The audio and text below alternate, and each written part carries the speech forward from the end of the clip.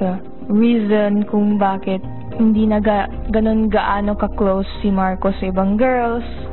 Ano? Sis!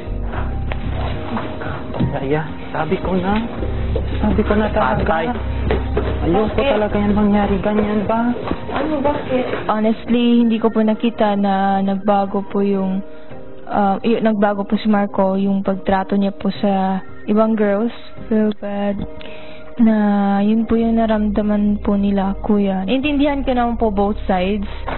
No, though. Ano ang sabi? No. Ganun. Oh, grabe. Christian! Oh my God, Christian! Naapektuhan lang po talaga ako sa change nung lagi na pong magkasama si Vibree at si Marco nung dati. Kasi ever since po nun, hindi na po kami masyado close. Yun lang naman, kuya. Ayoko po talaga na nasasaktan ako. Pero kasi kahit kalimutan ko, nasasaktan pa rin ako. Nasabi ko yun. And I'm really sorry. Kasi in return, nasaktan ko pa si Marco and si Vibree. So I just wanna forget it kasi ayoko na kuya na nakakasakit ng tao. Samantala, si Edward nakakabangon lang, minabuting kausapin ng kaibigan na si Marco. Guys, I fell asleep for 10 minutes. I have no idea what's happening. Can you guys tell me, please? Ate my educator said to him that he doesn't care about them anymore. All that you've done to adjust, and then you make one mistake, everybody flips out, and they say that you don't care about them anymore. That's what's making you upset. Sooner or later, all of us were going to have to talk about it. I see that when you said just a joke. And it's just a small thing. Maria were laughing. And Maria was laughing. And that's it.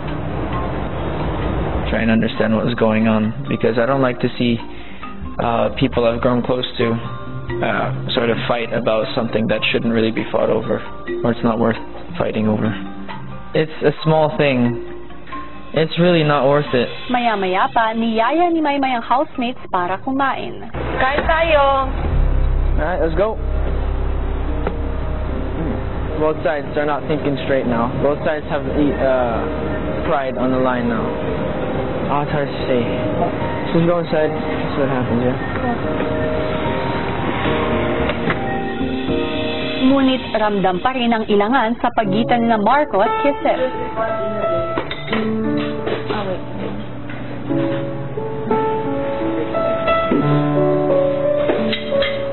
Marco, in all honesty, can you say na pantay-pantay ba ang pagtingin mo sa kanila?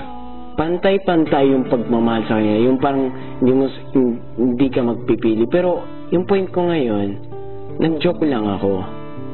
Pagkatapos, nasaktan agad siya. Kahit hindi mo gusto na masaktan yung tao na yun. Alam mo naman na iba't iba talaga ang timpla ng bawat tao. Opo, sinabi niyo po yun sa akin. And as much as you can, kailangan mo silang intindihin. Opo, kaya nga po. Kung ano man yung pangunawa na hinihingi nila sa'yo, gawin ko na lang. Kailangan siguro mas habaan mo pa ang iyong PC. Habaan mo pa ang iyong pasensya. Opo. Yun lagi ang sinasabi ng tatay nanay ko sa akin. Wala po akong pasensya. Kailangan pag-aralan. Opo. Dahil hindi lang naman ito para sa ibang tao. Para sa akin din po. Tama. Yan ay para mabuo ang karakter na bubuo sa'yo bilang mabuting tao, bilang mabuting kaibigan. Agree. Full percent. Susunod. Kasi si Marco po, naging close talaga ako sa kanya. Nagustuhan ko talaga yung personality niya.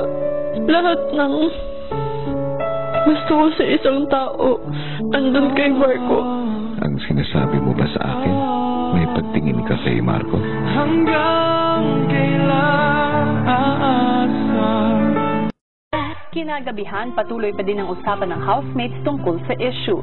Marco and I, we are no longer close. Why do you say? He treats me differently. I didn't see that. Si Edward, ibinahagi naman kay Kisses ang kanyang opinion tungkol dito.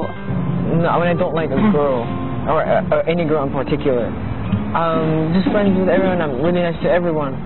But if I start liking a girl and that girl sees it and I'm still playing with everyone and I'm still being really that nice to all the girls, that's chick boy 101. Because if I am always doing that to you, on the cheek, in Europe especially, if I'm doing that, for example, oh, hug, hug, hug, kiss, kiss, kiss, and then the girl walks in and sees me do that, what is she gonna think? But like it wasn't meant as a. No, it's not. You don't have to say something.